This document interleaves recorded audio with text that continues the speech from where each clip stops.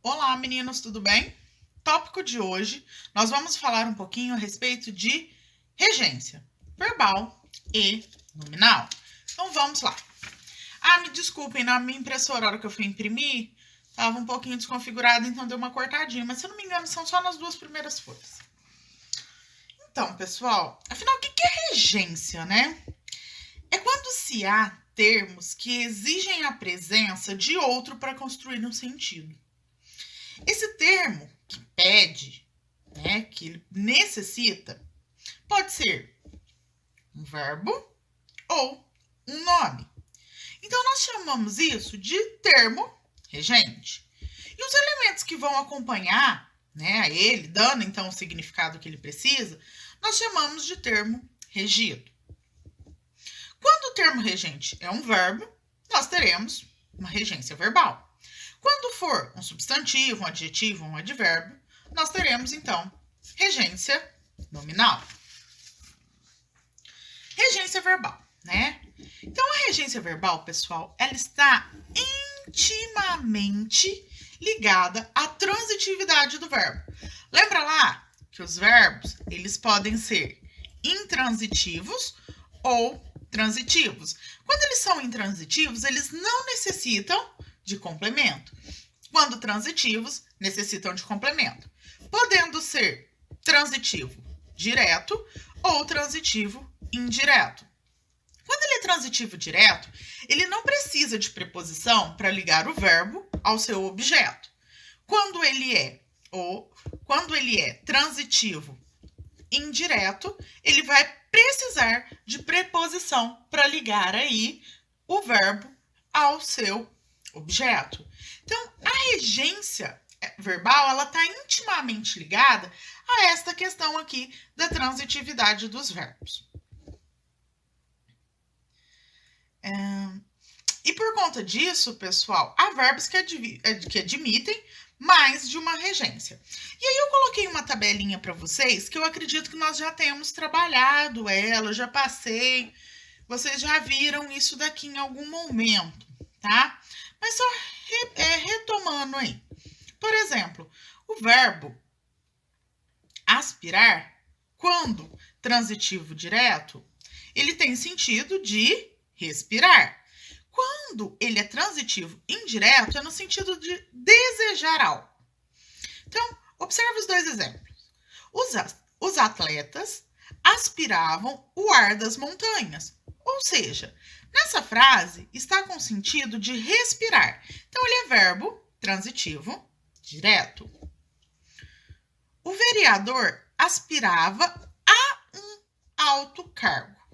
Nesse exemplo, nós temos o sentido de desejar, almejar algo. Então, aí, esse aspirar, ele será verbo transitivo indireto. Isso daqui vai ser muito importante para a gente entender algumas coisinhas um pouco lá na frente ainda, viu, pessoal? Então, observem aí.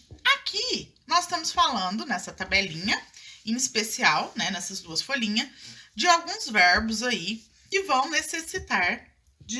ter, na verdade, duas formas ou até mais formas de regência, de aceitar o seu termo regente. Então, nós temos que ficar muito atentos a como será essa junção, pois pode provocar alteração de sentido.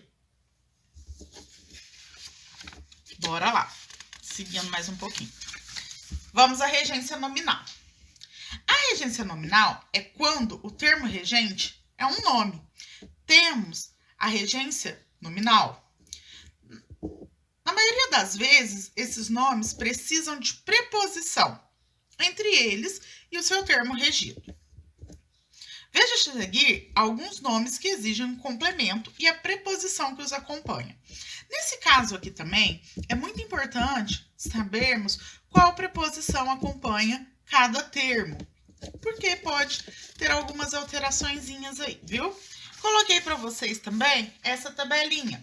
Então, aqui nós temos as preposições e os verbos, perdão, pessoal, e os nomes, as palavrinhas aí, que serão nosso termo regente. Então, eu tenho que ligar esse termo regente ao meu termo regido com essas preposições aqui que nós temos. E aí eu falei para vocês que era muito importante a gente entender algumas coisas ali pra gente, que seria fundamental aqui. E aí nós chegamos à tal da crase. Eu já expliquei para vocês que crase não é o nome do acento, né? O acento, o nome dele é acento grave. A partir das preposições que seguem os termos regentes, então lembra que a gente falou que o termo regente ele vai vir acompanhado de uma preposição.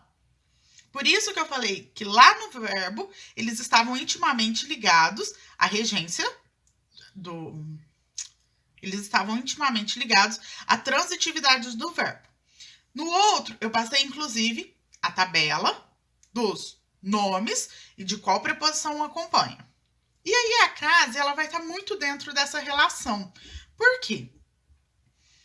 Em especial, ela vai acontecer quando nós tivermos a preposição a. Espero que vocês tenham aí decoradinha todas as preposições, hein? E quando nós vamos ter um termo regido feminino. Então, eu tenho um termo regente que precisa da preposição a, mais um termo regido feminino.